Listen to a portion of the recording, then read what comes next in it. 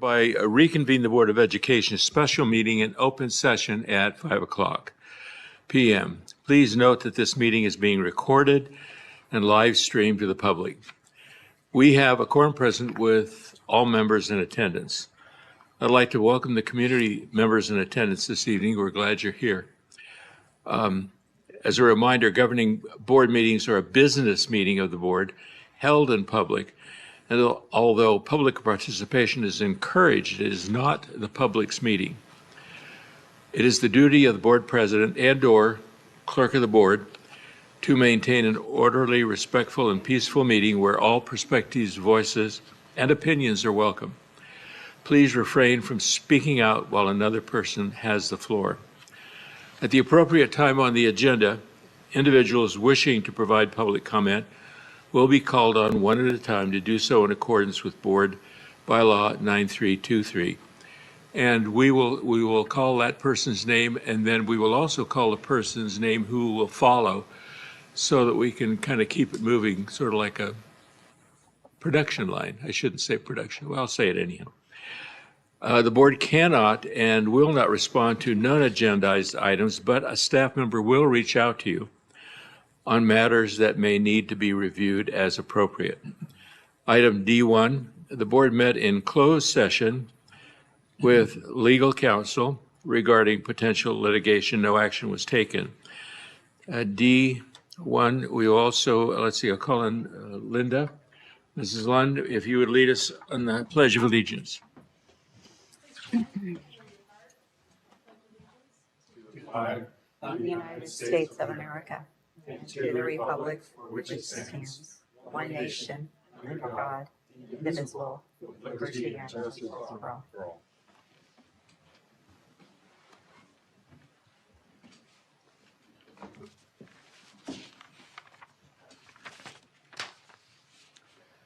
Item D2, approval of agenda. I call for a motion and a second. So moved. Second. Moved and seconded. Any comments? Hearing none, all in favor? Aye. Any opposed? Hearing none, motion carries 5-0. Item D3, public comment regarding meeting agenda items. Just three tonight. Pardon me? Just three. Just three. What will we do with all that extra time? My goodness. The first person to speak will be Alice Forney, followed by Pam Barrett.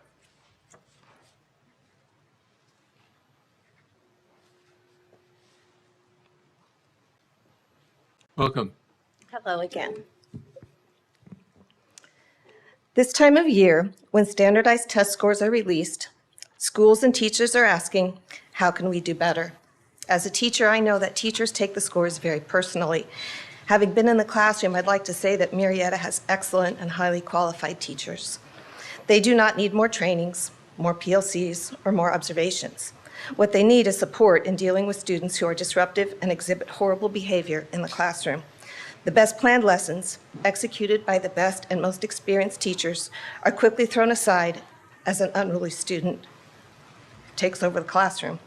I've experienced an entire class of 32 students having to evacuate their classroom to an impromptu recess because of a single student's disruptive and disrespectful behavior, only to have the same student return to class in a short time. The explanation being that the disruptive child has a right to be in class. What about the rights of the other 31? What does this kind of experience do to student affect, which is one's attitude, interest, and values acquired in the classroom environment? What are the emotions of the sensitive students once they return to the classroom? Is this stress conducive to learning and achievement? Although this is only one example, it's not an isolated one. I could go on and on from my own experiences.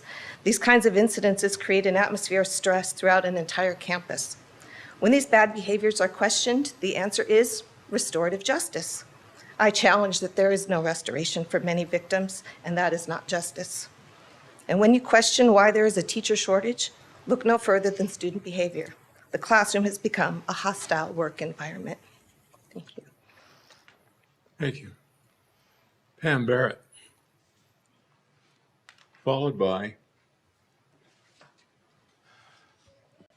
Ellen Berlew. Good evening, President Diffley, Dr. Andrus, and board Can you members. pull that microphone down just a little bit? I did this the last time, too. Good evening, President Diffley, Dr. Andrus, and board members. At the last board meeting, a couple of teachers respectfully spoke about the need for lower class sizes, especially in kindergarten and first grade. I totally agree with them. 20-to-1 ratio is optimal, which we had beginning in 1997 when I taught at Tobischal under Chuck Jones and Terry Olson. From personal experience, I believe that K and 1 are the two most important grade levels because they establish a firm foundation for future academic success or failure, which the research supports. However, even with smaller class sizes, disruptive students left unchecked will most definitely impede classroom learning for all. They sabotage well-planned lessons, wasting the time, talents, and treasures of Murrieta teachers. And in the process, student learning suffers, causing students not to adequately grasp, apply, and meet the standards. Sadly, the buzz around the campuses is that student behavior is a problem. My questions tonight are, 1, what are the site administrators doing to curtail disruptive student behaviors in the classrooms? Disruptive students keep their classmates who are nearly meeting and not meeting the standards from reaching their full potential. 2, are there systemic plans in place with known rewards and consistent consequences included? And 3, what is the district admin doing to support site administrators in their quest to squelch willful defiance and move students to more productive behaviors, resulting in higher achievement? If discipline is properly addressed, then Murrieta will be better equipped to be a place inspiring all students to think, to learn, to achieve, and to care, as your motto states. Thank you. Thank you. Ellen.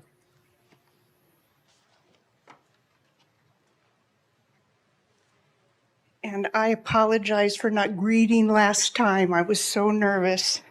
But thank you, board, for hearing me out. I just have a few things. I'm looking forward to hearing tonight's analysis of the trend of recent test scores. These areas I have questions, and I hope they'll be addressed. 1, who analyzes the results? Is it the state or our specific district? Number 2, class size, especially in grades K and 1. Number 3, accountability for disruptive classroom behavior. 4, input from teachers in the classrooms as to best practices. 5, non and limited English language learners, which I think is going to be going up. And as my community, how can we be used as a helpful resource? And one more request, there's some acronyms on here that I didn't know what they meant, so I hope those get addressed. Every time they change the acronyms and they mean the same thing. Thank you. Thank you. I agree. Acronyms, boy. Well, you know that's my thing. But That I get. Faith is laughing. We can't respond. Sorry. Yes. They do change. thank you all. Item E is consent calendar. Consent calendar items are voted on collectively as a group. Upon board member requests, items may be removed from the consent calendar for discussion and individual action. Do I have a motion and a second to approve the consent calendar items E1 through E4 as presented? So moved. Second. Moved and seconded. Any comments? Hearing none, all in favor? Aye. Hi. Any opposed? Motion carried, 5-0. F1, Learning Update Number 1, presentation, Dr. Andrus. Thank you. Appreciate the time to share this information with the board members and the community as they may be watching.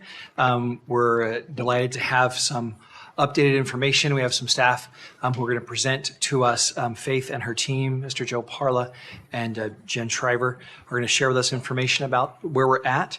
It has been interesting coming back out through the pandemic, and so we'll actually be doing some comparison information because we had some horribly lost years, and we are in the process of recovering, and it is a process for sure. So anyways, Faith, if you'd like to go ahead. Okay, thank you.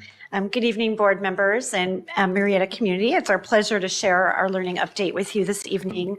As Dr. Anders said, I'm accompanied by Jennifer Shriver, our Executive Director for Secondary, and Joe Parla, our Executive Director for Elementary.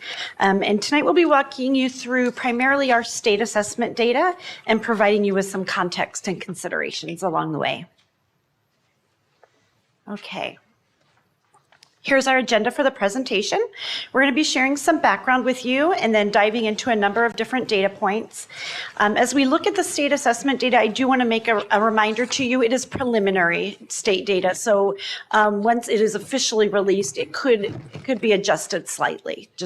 We would anticipate no more than 1 point one way or the other with any of the data points. So we might see those slight variations. Then as we review the data, we're also going to provide you with comparisons to last year and then to pre-pandemic levels. And then we've got some data observations to share and conclude, of course, with our focus areas for the coming year, which represents our key responses to the data and identified needs. All right, let's do a little history walk here. I just want to walk you through the last several years just so that we understand where we've been and how this might impact our assessment results. So as a reminder, the last time that we had a full system of state testing and accountability was the 2018-19 school year. At this time, the accountability system, the dashboard, was in place. It had just been in place a couple of years. And that was a place where they shared school and district data for a number of different metrics, and that included academic performance, chronic absenteeism, college and career readiness, English learner progress, graduation rate, and suspension rate. The dashboard provided us with data by ethnicity and student group, and it also gave schools credit both for the status of their data as well as the growth from the previous year. So it's an interesting method of looking at the data. And that was 2019. Okay, so just to be clear, the last time we had that full system in place was a number of years ago. If you move forward a year, you'll remember that in 2019-20, state testing was completely halted when we closed schools in March of 2020. And then in 2021, when we moved to virtual and hybrid instruction, we had the choice to proctor the state assessment or to use our own local assessments for assessment data. We chose to do the latter. We chose local data. We used iReady for elementary and then reading inventory and Imagine Math for secondary, and there was no dashboard that year. In 21-22, we returned to in-person instruction. State testing was resumed. The test was shorter than in the previous year.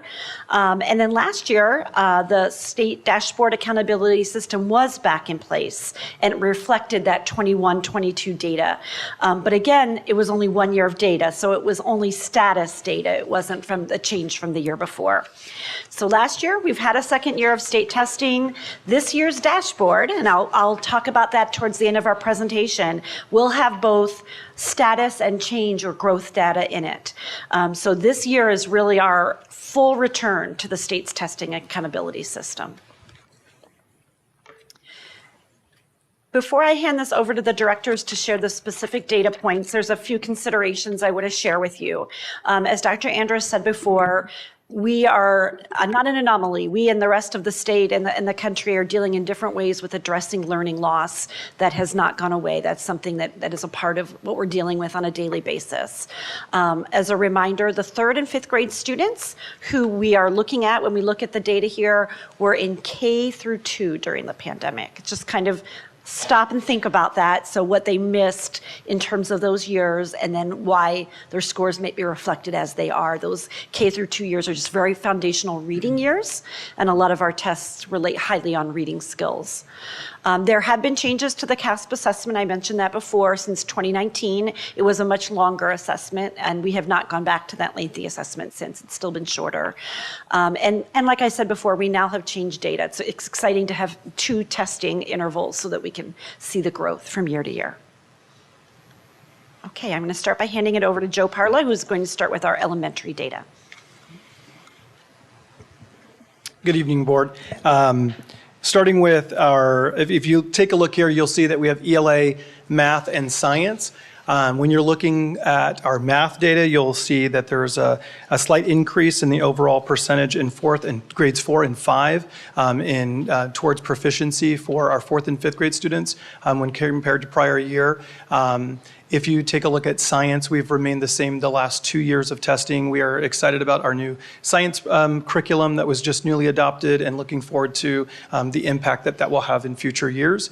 And then in ELA, there's been some decreases in both 4th and 5th grade that we are working currently with our TOSAs to provide collaboration time and coaching for the phonics skills that may have been missed during the kinder through 2nd grade years, and helping our upper grade teachers implement that phonics instruction.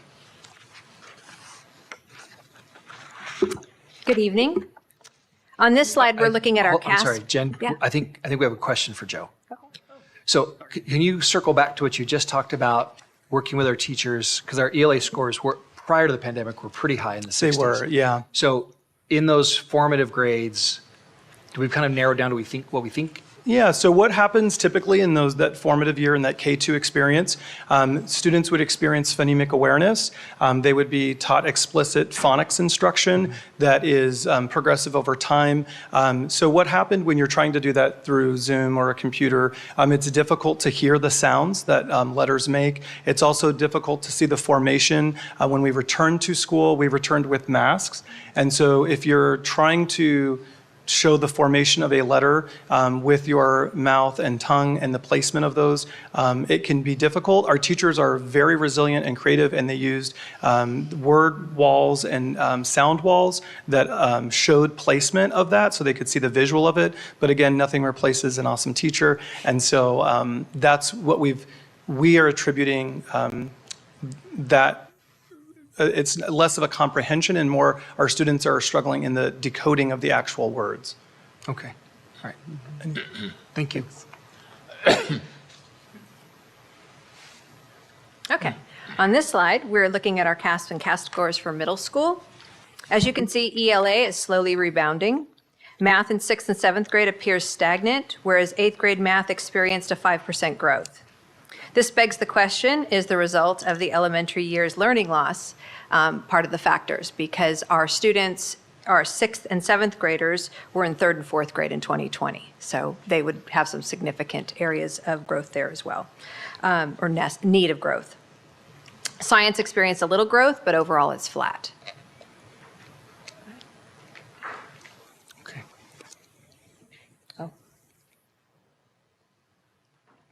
Moving on to our high school data, ELA shows growth from the previous years. We seem to have rebounded in ELA from pre-pandemic years. Meanwhile, math has improved since 21-22, but we are still behind in 18-19.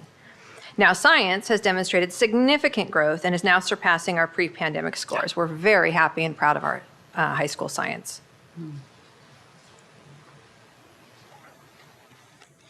Okay. And this slide illustrates the student group's performance on CASP and CAST as well. The discrepancies of the data among our student groups is significant. You can also see how some groups, like our English learners, experienced more learning loss as a result of the pandemic and are having a more difficult time recuperating from this experience. All of our student groups are performing lower than our district as a whole. This is why we must continue to address intervention and learning loss in our daily instruction.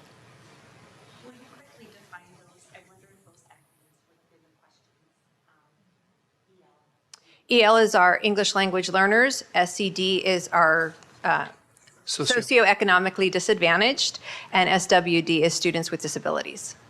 What are they doing about the learning loss with phonics? You know, with the kids that have the learning loss, are the teachers trying to compensate for it in more advanced grades? In the secondary schools, it becomes much more challenging to rectify the phonics problem. We do have a program called Read 180, so students can go into that for some intensive intervention. But that is, you're absolutely right, that's a challenge in the secondary schools for the actual how to read. Because I was an English teacher, we were never taught how to teach reading, absolutely. Foreign language teachers kind of do. Foreign language, yes, they do. Yes, they do. That's definitely a skill there.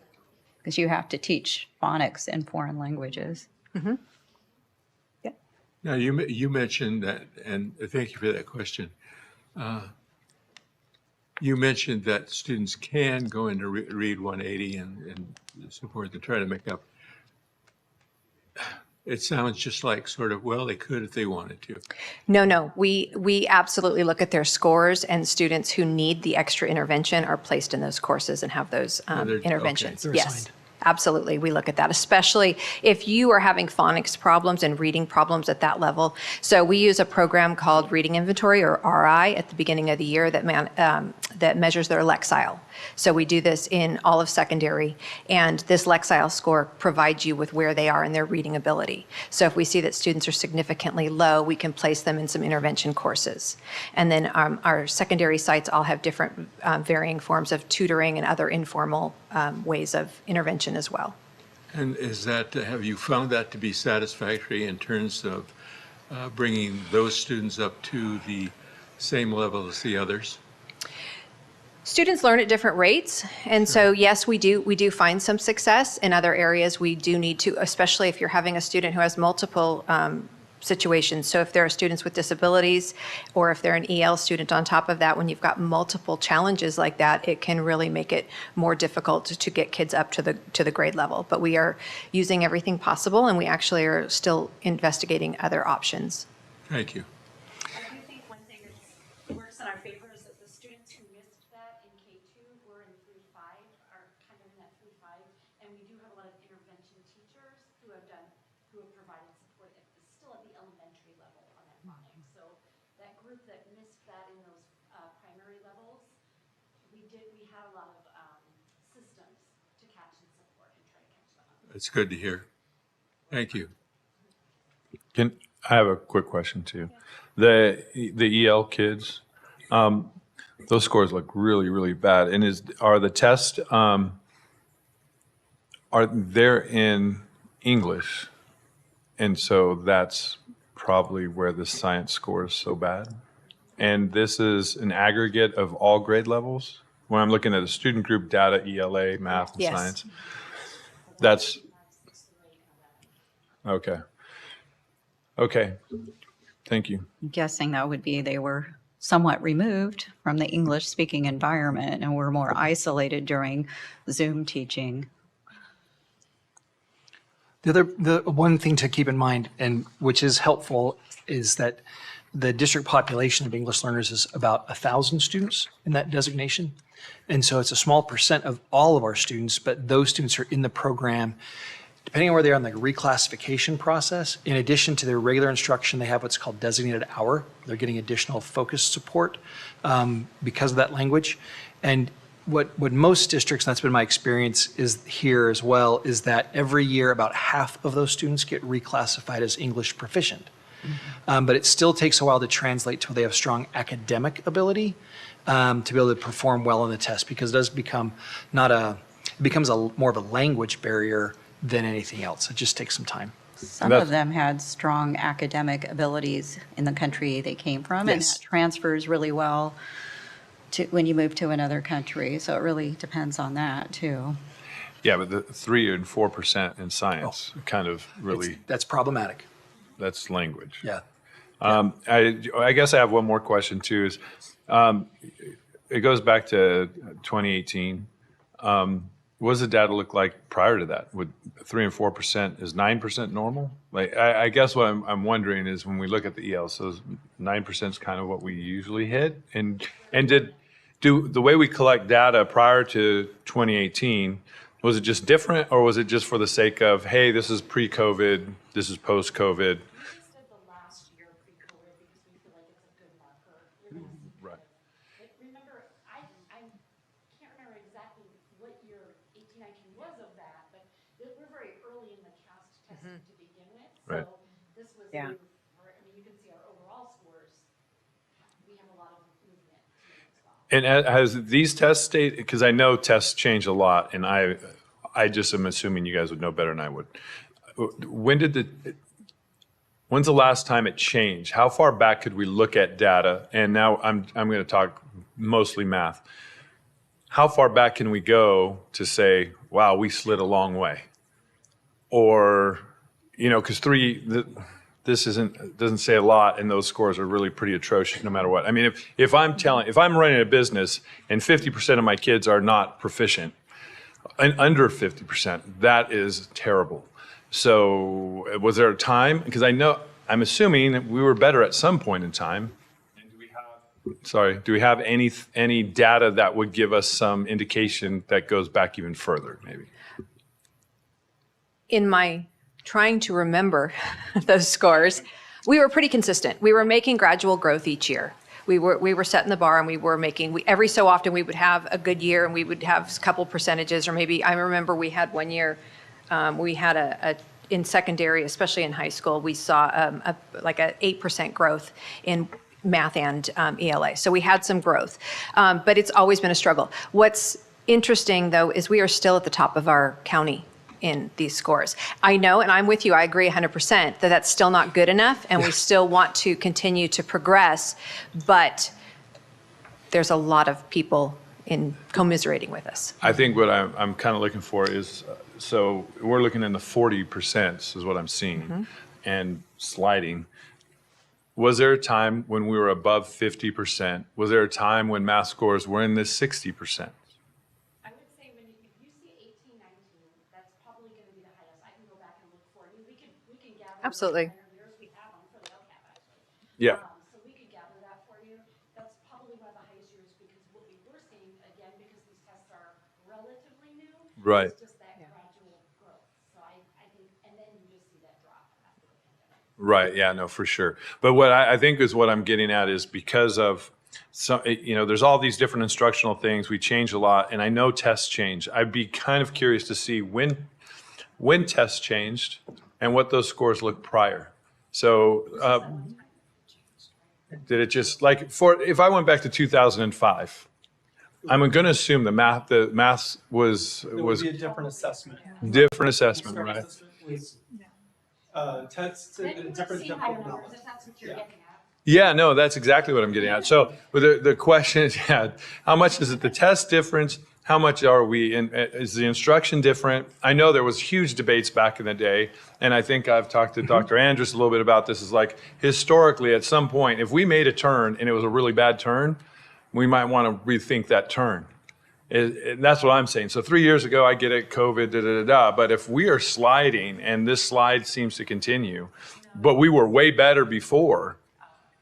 Like if I went back to 2005 and our math scores, our kids coming out and doing math are better, maybe we were doing something right back then that we're not doing right now. I think it's hard to compare because it is a totally different test. Yeah. The depth of knowledge on the CAST test is written at a DOK, oftentimes 3 and 4, where that was not written in the STAR assessment that we took. And so students are being asked to essentially make their thinking share through performance tasks and things at a level that was never experienced prior. Right. We were high at that prior when it was just kind of a 1 and 2 level, but now when the testing increased rigor, then we are where we are. One of the other impacts with math is that many of the questions in secondary are embedded in language.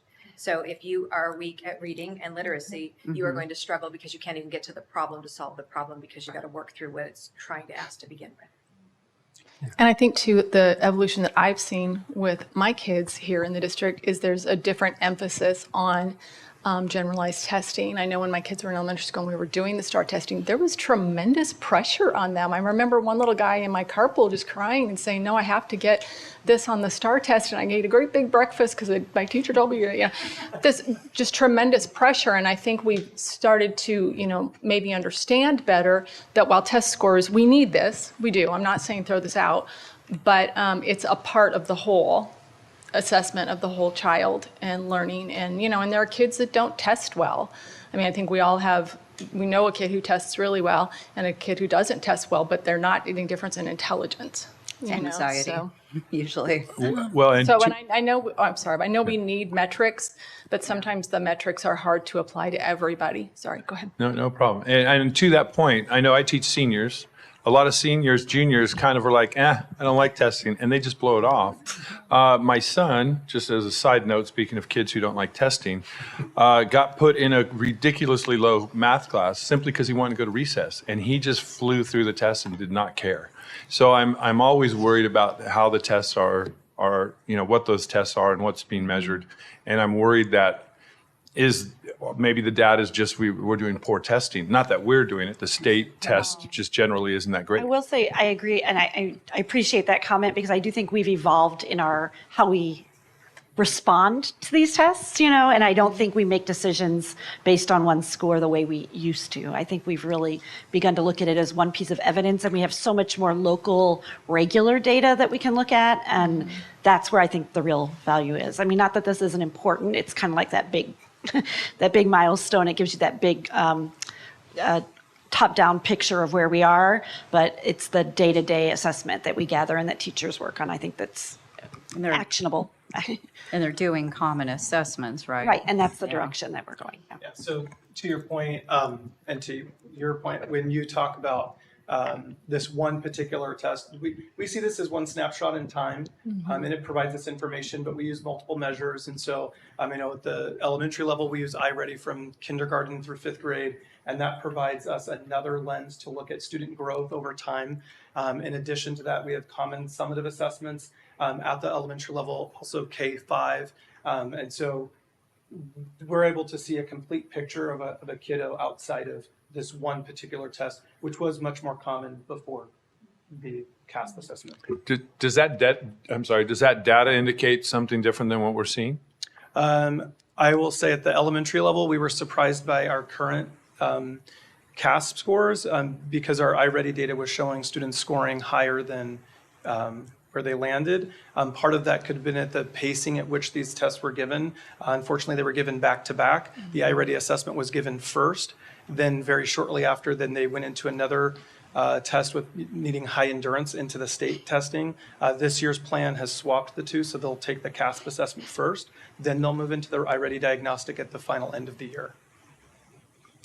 Yeah, and that's the administrative, like how do we roll it out? And how does that impact kids? That's a big part of it. Real quick, this is a Jennifer Shriver question. Can you talk to us a little bit about end of course Math 1 and Math 2? Because there is no state test for those grades. Sorry, I guess it's 9th and 10th grade. I should have been more clear. How do we approach that? What do we do for that? It's a real struggle because we don't have the data to monitor. So we have IABs, which are interim assessment blocks. Yeah, something like that. Yeah, okay. Too many acronyms. I'm with whoever said that. So what we do is the state Smarter Balance makes these available to us. So what we had done at the secondary level is we had taken those and kind of divvied them up, looking at what they were taught in 9th grade and 10th grade, depending on the course for math and ELA, and being able to utilize those as assessments along the way. They don't have as many, and it's not as rich as when you get, like when we're dealing with middle school, because they've got it at each of the 3 grade levels. It's a lot easier, and you have some more information. We do have some assessments that we've been determining. We've got our final exams, and we're still working out a lot of the kinks and a lot of our own assessments that we're creating. We did purchase a bank through DNA, which is one of our programs, which allows us to build assessments that are CASP-like so that we can go back and monitor and see how our kids are performing. But we're in the early stages of making some of those assessments, but this is something that's open to all teachers in those grade levels where they can go and create their own tests to be able to determine, and then they get feedback on how their students are performing in a similar setting as the CASP. We do currently have Imagine Math, which is an online program that can be of assistance. That's been some people really embrace it, some people do not. So we actually are currently looking at another program, another assessment program that's similar and does that as well. So that would provide some more online opportunities for teachers to be able to assign students and walk through the program with them. Okay, thank you. I knew we were doing something. I know we're in the process of developing those. I'm hopeful and curious, and well, more hopeful than curious, but I believe that our teachers are very capable of helping to develop those through their PLC process. And even in grade levels, like all of the math ones and all the 9th grade ELA teachers across the district can help formulate what those might look like. And it's just nice to be able to have like, where are we moments, even though there's not a state test for those kiddos, just have our own staff get some good feedback on that. So thank you for answering the question. Actually, I have a quick question, unless you were going to go on. So, yeah. Okay. So these results here are the percent meeting or exceeding, and so I know we're waiting for the full rollout of everything. So as a district, do we know right now which ones were on the cusp of meeting? Do we already know that? So I mean, I'm assuming some of them could do just a little bit better and maybe make these numbers look better. For the simplicity of the presentation, we provide it like this, but that when you, and I'm sure you're going to say this too, our admin and our teachers, they go in and they're looking at it at a much micro level and seeing those kids and where they are and who they can provide. I mean, even your approach to summer school was a little bit about taking those kids that were very close to proficiency and giving them the boost that they need. Mm-hmm. And so the website's going to have the full results in October, or? I do know when they're coming. Well, the dashboard's coming out December. I think sometime in October we should get the finalized results out. Yeah. Thank you. I can go back and get that date for you. But that's especially at the elementary level, that's a really terrific piece because there's kids who are like, they're almost there at the proficient level. And so down to the individual student, our staff knows who those kids are. And oftentimes those are the ones who are being pulled out for intervention, different levels of intervention. And staff, our teachers are very aware of those youngsters to hopefully give them that little boost to get them over to the next level, the next tier up. I just want to add one more thing that I'm kind of curious, because I would really love to see like the test scores overlaid with when we took a math program, we changed it, or the tests changed, and where we felt kids were, and then as we make this change. Because one of the community members mentioned something that I've talked to Dr. Andrus about, is it is difficult as a parent to help a kid with math when we've changed math from the day I did math, right?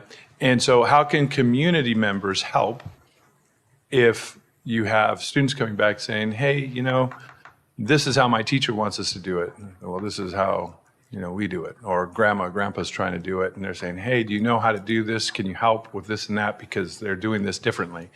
And maybe I'm wrong. Maybe everything's just stayed the same. But I'd be really curious about that because I think the community and the parents are really that first level, right, to be able to help with basic math. And I can address this as an elementary Sure. level. I think we experience this the most.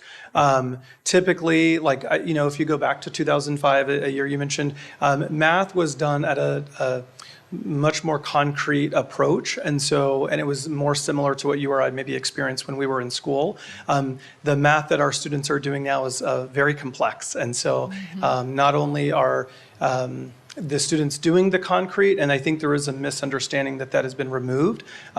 There is more of a lean into leading with conceptual understanding and allowing our students to make sense of the math, but it should always be followed with that procedural piece.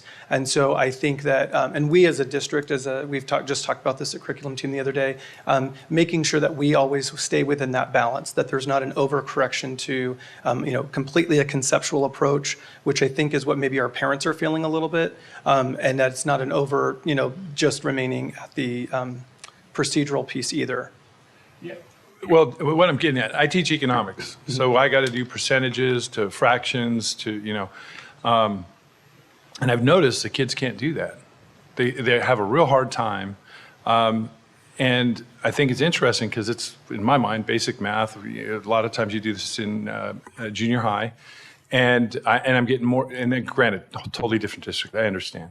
But when I'm seeing the math slide, I talk to other people in education, they're experiencing some similar issues, that the basic math skills have eroded. And I have students who are having trouble passing the ASVAB to go in the military. Like, that's a problem. And these aren't like, you know, sometimes kids just struggle. Rarely hear about kids not being able to pass, but I have kids with pretty good grades, pretty good students not being able to pass.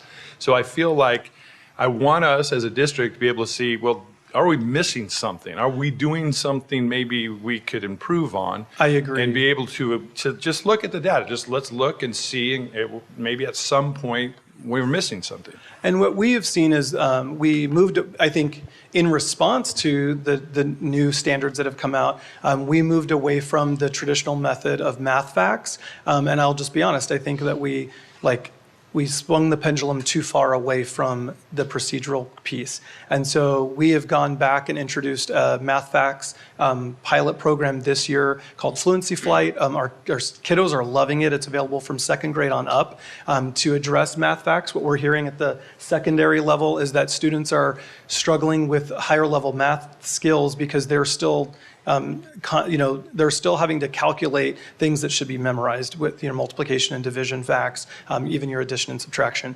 And so that is a new program that we're implementing this year based on, like what you shared, the data that we're seeing. And then in addition, for parents, we will be going back to more of these, but in the past, and when I was a school principal and pre-pandemic, we offered math nights and math days and more. Like we did lots of work with families and parents and aunts and uncles that would come in to kind of help everybody understand some of these more complex ways to approach mathematics. All right, so the next slides. We're going to be looking at 3 slides here that look at student race and ethnicity. And so I do want to keep on your radar that some of our student groups here that are listed are, due to their size, any change in student performance will significantly impact their overall student performance. So if we're looking right now at the race and ethnicity for ELA, you'll see that overall as a district, we remained the same. We flatlined at 58%. Is not something that we're okay with, and we've kind of talked through some of the ways that we're addressing that here tonight. You'll notice that most groups remained the same or had even slight increases, but there are 2 student groups that did not, that experienced a decrease in overall student performance towards meeting or exceeding. Again, those student groups are also a small group of population, which just means that any change in their performance will result in a significant percentage change. What percentage of the population is American Indian, for So example? out of the 10,822 students tested, our American Indian population tested on the ELA was 36. Yeah. No. So when you have 36 students, and it's not 36 compared to the 10,000, it's 36 between 36. Mm-hmm. So if you have any change in that small of a group, that's going to change their percentage much more than if you have a group of 5,000. Yeah. Okay. Then moving into our math data, we had a 2% increase overall. It is not the growth we want to see, but it is growth, and so there's cause for celebration in moving forward. Again, you'll see that here, all but one student group experienced this increase towards meeting or exceeding standards. But keep in mind that the one group there in this particular place also had 36, and this time in math we tested 11,439 students. And that group of our Filipino students that experienced the 2% decline was 36.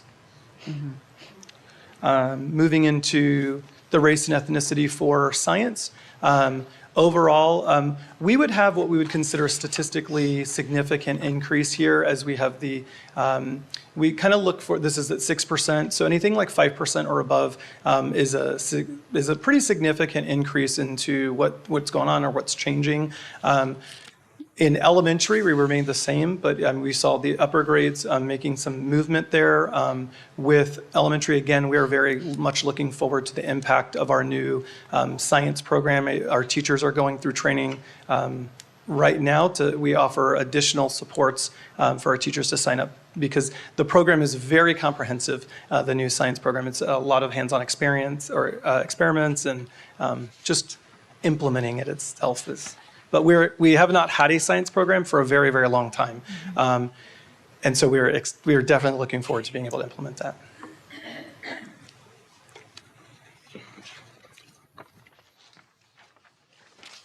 Okay, our flagship. We are very proud of our graduation rate because we are always top in the county and always ranked highly in the state as well. So I really truly believe that this is the way our district approaches our grads, and that is, it's done at a very granular level at our sites. We start monitoring, we started now. We've already got lists out where we are monitoring students who are possible non-grads. The counselors have had multiple contacts with them. The admin is having multiple, we know those kids, we know those families. We do absolutely everything we can to get them across the finish line. The ones that don't make it, they get, we get personal invites to summer school because we want them to continue through summer school. So we do a really good job, and that is because of the efforts of our sites especially, and then the supports at DSC here to get the grad rate what it is. The other fun thing is that other districts call us too and say, hey, how are you doing that? So that's one of those nice moments. A through G rates, we are still down. Obviously, this is something that we're going to have to keep working on for desired increases. We're in a different community after the pandemic, and I think people are valuing different things differently. And so it'll be interesting to see where this goes with the A through G rate. What's interesting with the A through G rate too is that we have a lot of students who are close. Like they earned a D in a class instead of a C, and you need the C to get the A through G rate. So we have a lot of students who are actually close to that as well. So it's an interesting statistic. Are you getting many students wanting to go maybe in a tech direction instead of A through G? Oh, absolutely. Is that part of So it? no, Absolutely. it's not a bar they want to hit, or that's not a bar that they desire to hit. Well, like for example, like what Ms. Shriver was saying is a kiddo may have gotten a D in a class, and like rather than retake it for the higher grade, like I Right. passed, I'm good because I'm not Yeah. going that direction. So that's why it affects the rate. However, for them, they've got a different plan in place. and Yeah. So, yeah. Their own plan, Yep. which is good.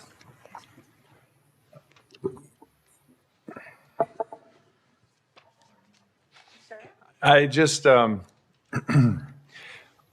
just so much more skill-based in my thinking about success. Because over time, our graduation rate stays pretty steady, and our community is reflective of that. You know, I think communities matter, and parents and family, and the push towards whatever. So I'm never too excited about that, and I worry about if we're graduating, but our skills aren't commensurate to past diplomas. What does it matter if the skills aren't there? And kind of A through G, I do feel like, and this is again just feedback I hear in the classroom, is kind of, it seems to matter more to the school than it does to the individual students. And I'm curious, is that something that's measured? It's just mostly because of the state, correct? Is that a measure that the state wants us to keep? Or do we feel like these kids are, because they're not really college ready. We call it A through G, but if they don't have the skills to be successable when they get to the four-year school, what are we talking about? So they got the grade for it, but Right. that doesn't mean they have the skills. Right. So I think I'm tracking, like we're looking at, say, a math proficient, number of kids proficient in math. How does that compare to the number of kids who are, the percent of college or the A to G ready kids, correct? Like those two numbers. One of the things that has been helpful that's come from the state and from, I think from the CSUs is it's called ERWC, which is, help me with that one. Expository reading and writing. And there's also a math version. What is that one called? Is there another math? MRWC. MRWC. I don't know what the acronym is. Another acronym, but it's a mathematical one. But those are also ones that those are designed to be at the college level. And so if kids are passing that in their senior year, then that's a good indication that they're going to be ready for that college level work. The other thing that's remarkable, and it's not reflected here at all, is the number of students who are completing dual enrollment courses, and so they're earning college credit. And that we'll cover that in a future presentation. That's also another because again, like we said, this is just one measure. Another measure is how many kids are actually leaving us with transcripts. their college transcripts and college data. And so there's other ways to measure this, but I do see the point, like how well does this line up? Yes, we're graduating a very high number of our students. And Ms. Shriver mentioned, like, we know this at a granular level. I've seen that Excel sheet. There are notes by name and dates, and there are a myriad of little data points of what our staff is doing to track each and every individual student. So they're not lumped into this group of kids. It's like this child we're helping them this way. And it's rather remarkable. And so that is a system that we use to help us get to there. But you're right, there's a need to say, where are we at with all those things? Are they matching up? How does the expository, the ERWC, the MRWC courses sustain that? What about the community college data around course dual enrollment completion? What does that tell us? The other indicator that will be helpful to see when we see this at our next presentation is our college and career readiness indicator. The percent of students who are indicated by the state as college and career ready, and there's a variety of ways a student can demonstrate that. It's not just like I passed all my A to G classes, and we'll see that next time. Yeah, we'll see that in December when we have the dashboard. So it'll be interesting when we look at the dashboard, we'll see a lot of this reflected in different ways, but we'll have that added. And I think that that's a piece that all of our eyes are on. Like kind of the questions that you're asking are aligned, I think, with the questions that we're asking and where we're going. And I have friends who are counselors, and most of us don't really realize they really track these students. Oh my like goodness. what they do after high school, if they graduate, they have a program, and I'm not sure of the details, but I was surprised that they were able to do that. Absolutely. Mrs. Muchnick? Yeah. With the ERWC and the MRWC, are these courses or assessments? They're courses. So what happened was the CSUs said, hey, we need these kids to have these skills. Okay. So they created courses for this. And the ERWC one came out first. And it was a focus on expository reading and writing. And it's broken down. And what they originally said is this is when you used to take assessments to be able to enter into the CSU at the college level. So you didn't have to take the remediation courses. They said if you pass this class with a C, and the class is done with fidelity, you get automatic admittance into the college level English class. So this isn't something we're doing here, it's the CSUs are doing It's it. the curriculum comes from the CSUs, and it's packaged nicely. It's a pretty cool thing because when they come and provide the PD on how to do that, you're actually with college professors and stuff that have written it and so forth. And this has been around for a long time. I taught this a long time ago. All right, And then thank you. MRC came down behind that with a similar philosophy. We'll want to make sure that students have Sure. these skills, and this is what will make them college ready. Thank you. You're welcome. Just a couple quick observations.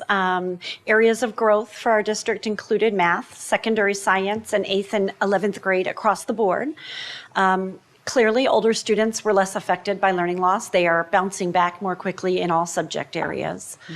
Language acquisition, disability, and economic factors reflect large achievement gaps, much larger than some of those gaps that we see for race and ethnicity.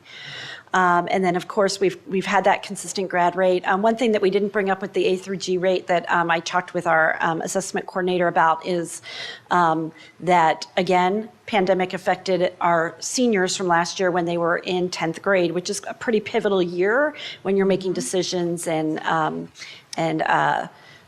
thinking about what you're taking and how it's affecting long-term decisions.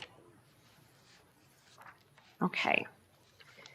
As promised, and I'm sorry I have to bring this up every time, but it's important. These are the two things that we are focusing. They're not the only things our department is focusing on. Our department is so complex. We have things going in place for English learners, for students with disabilities. I mean, it's endless, the kind of training and support that we're trying to provide. But these are the two big initiatives that are affecting TK all the way up to ATP. The first is the professional learning community, really building that teacher collaboration around what we're teaching, how we know students have learned it, and how we respond when they have not or when we know that they need extension. Really, this is a commitment to empowering teachers and teams to really focus their work on the right conversations to impact learning. The second priority or focus area for us is MTSS. And it's really about building those tier 1 practices to promote positive school climate and behavior. We have site teams, as a reminder. At each site, there's a team that's working on this. Our district is coaching folks on it, and we're really putting things in place that we know and have been found to lead to an environment where students are really connected and where they are primed to learn and be successful in their learning. So both of these things are not quick fixes. These are not Band-Aids we're putting on it. I'd love to have a quick fix to some of the things that we talked about with the data, but these are long-term systems that we're building. But we're really excited about the evidence of growth that we're seeing in both already. People that are coming to talk to us, whether it's teachers or administrators, about positive things they're doing, or evidence that we see in videos, or things that are happening at sites that we know are exact result of some of these, some of the coaching and training in these areas. So we're really excited about the investments that we're seeing our folks put into these initiatives. Okay, and we talked a little bit about this. The California dashboard should be released December 15th. It will provide additional data that we will focus primarily in February at our board workshop. We'll be able to share more about that, but I will make sure, board members, that you have some information prior to that so that you can begin to look at it and begin to think about the questions that you might have. Again, dashboard will reflect growth for all of the metrics, except that college and career indicator will be status only, but we will have information for it and data for it. And those were the metrics that I provided to you before that will all be indicated there on the dashboard. Can I comment on that really quick? I just noticed the suspension rate. If we just stop suspending kids, won't our suspension rate look really good? Yes, you're right, but we're not going to do that. But that doesn't change behaviors. Right. And that would have a serious impact on classroom environment and all kinds of these negative. things have, there's ways to. That's what I'm getting at. Like, you can really fudge these things and Yeah. it's not saying anything. Right. And so I'm always nervous about some of this, but I had to get that out for some reason. I So- understand. I mean, it's a conversation we have too, and making those decisions. I want to thank everybody. I appreciate the time and all the questions coming from you. This is really important to us. So the fact that you have such an invested interest in it means a lot to us and our team. So thank you. I hope that in December, when we do go over the dashboard, that you will go into real depth about actually understanding how to read the dashboard. Because I hope you remember how Mrs. Walters used to do that, because it can be very deceptive. And we could just quit suspending people and look at our suspension rates like this, right? Okay, but that's not really reflective of what's going on. So I hope you really go into that. Yes, absolutely. Thank It you. is, and it is a complex, the dashboard is complex. Very complex. So while I will share information with you prior, at the February workshop, we can actually take time and kind of go through it and help you understand what it all means. And wasn't it created with the intention of making it easier Yes. for parents? No, didn't. It's once you understand it, it's really interesting, and there's a lot of different ways to dive into it, but you have to dive into it and understand it.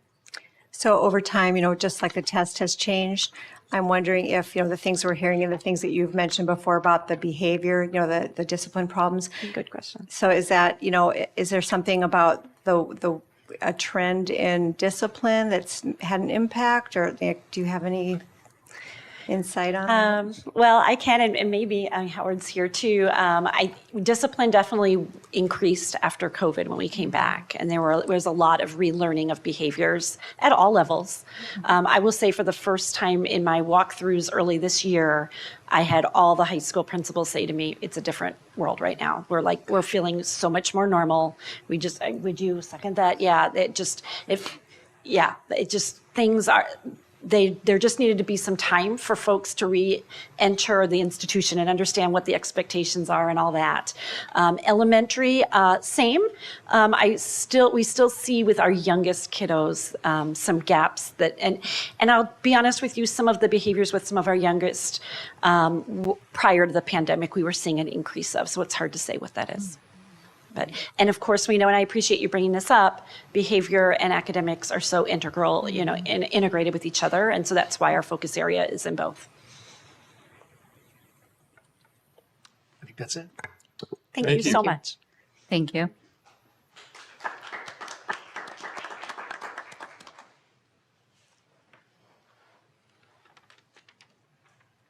F2, approval of Altria Group, Inc. and Philip Morris USA, Inc.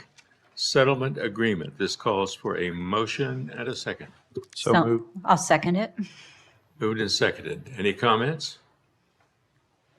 Hearing none. All in favor? Aye. Aye. Any opposed? Motion passes 5-0. F3, approval of personnel report. This calls for a motion and a second. So moved. Second. Moved and seconded. Any comments? Hearing none. All in favor? Aye. Aye. Any opposed? Hearing none. Motion carried unanimously. Moving on to F4, the authorization for specified credential teachers to teach physical education 1 period per day pursuant to Education Code 44258.7B for the 2023-24 school year. This calls for a motion and a second. Do you mind having a quick discussion? What's at issue here? So typically, and Rich, you can join me if I need some help with this one, but typically these that are coming up, these next few ones, these are specific waivers we're providing to a teacher to cover a class because they're short someone with a credential or trying to make a master schedule work as well, or it's someone in the process of developing or getting their credential in place. Does that sound about accurate? Yes, it's this. You'd know this as your athletic PE teachers. So coaches that may actually have a credential in another area, however, they actually have athletic PE where kids get credit. Got it. Thank you. Okay, this calls for a motion and a second. So moved. Second. Moved and seconded. Any comments further? Hearing none. All in favor? Aye. Aye. Any opposed? Hearing none. Motion carries 5-0. F5, assignment of middle school teachers to teach in a departmentalized classroom pursuant to Education Code 44256B for the 2023-24 school year. Calls for a motion and a second. Second. Moved and seconded. Any comments? Hearing none. All in favor? Aye. Aye. Any opposed? Hearing none. Motion carried. 5-0. F6, assignment of middle school teachers to teach in a departmentalized classroom pursuant to Education Code 44258.2 for the 2023-24 school year. This calls for a motion and a second. So moved. Second it. Moved and seconded. Any comments? Hearing none. All in favor? Aye. Any opposed? Motion carries 5-0. F7, adoption of resolution number 23/24-07, recognizing October 8th through the 14th, 2023, as Week of the School Administrator. This calls for a motion and a second. So moved. Second. Moved and seconded. Do we have any comments? Mr. Diffley? Yes. If I may, I would like to volunteer to read this resolution. I think it really deserves to see the light of day. You good? Okay. Yes. October 8th through the 14th, 2023 has been designated as the Week of the School Administrator in California by the Association of California School Administrators and the California State Legislature. Whereas leadership matters for California's public education and the more than 6 million students it serves, and whereas school administrators are passionate, lifelong learners who believe in the value of quality public education. And whereas the title school administrator is a broad term used to define many educational leadership posts: superintendents, deputy superintendents, assistant superintendents, chief financial officers, chief technology officers, principals, assistant principals, special education and adult education teachers, curriculum and assessment leaders, school business officials, classified educational leaders, and other school employees are considered administrators. And whereas providing quality service for student success is paramount for the profession, and whereas most administrators begin their careers as teachers. The average administrator has served in public education for more than a decade. Most of California's superintendents have served in education for more than 20 years. 28 up here. Such experience is beneficial in their work to lead public education and improve student achievement effectively and efficiently. And whereas public schools operate with lean management systems, across the nation, public schools employ fewer managers and supervisors than most public and private sector industries, including transportation, food service, manufacturing, utilities, construction, publishing, and public administration. And whereas school leaders depend on a network of support from school communities, fellow administrators, teachers, parents, students, businesses, community members, board trustees, colleges and universities, community and faith-based organizations, elected officials, and district and county staff and resources to promote ongoing student achievement and school success. And whereas research shows that great schools are led by great principals and great districts are led by great superintendents. The site leaders are supported by extensive networks throughout the state. And whereas the state of California has declared October 8th through the 14th, 2023 as the Week of the School Administrator in Education Code 44015.1, and whereas the future of California's public education system depends upon the quality of its leadership. Now, therefore, be it resolved by the Governing Board of the Murrieta Valley Unified School District that all school leaders in the Murrieta Valley Unified School District be commended for the contributions they make to successful student achievement. Hear, hear. And I would like to thank Assistant Superintendent Mr. Rideout for bringing this to our attention and placing this on the agenda. And I would like to thank all of our administrators across the district, and specifically Dr. Andrus, for your outstanding leadership. Thank you. Thank you. You're welcome. I Any other second comments? that. I agree with what Linda said. Just one brief comment about that before you do the vote, if you don't mind. We conclude. We had a recent meeting with our principals and a few other district administrators, and a quick poll. We had over 600 years of experience in the room who are leading schools. So just as a little side note. That's interesting, and I might add this Your comment. years, too. Mrs. Vandegrift and I visited a couple of schools and this week, and we'll talk about that next meeting. But it was really interesting to me to see the care and knowledge that the principals had regarding their students. They're walking around campus, and little tiny kids are running up and saying, "Hi, Mr. or Mrs. So-and-so." And they knew their names. They just knew their names. And they stopped and spoke to them, and not just in a cursory manner, but in a manner to answer the question and say, "Thank you for coming up." And that, to me, is one aspect of school administrators that I find very, very, very, very important. It's a personal kind of thing, and I really appreciate personally that attitude and the quality of our administrators in this district. Any other comments? Hearing none. All in favor? Aye. Aye. Any opposed? Hearing none. Motion carries unanimously. I call for a motion and a second to adjourn the Board of Education meeting at 6:07 p.m. So moved. Second. Moved and seconded. Any comments? Hearing none. All in favor? Aye. Any opposed?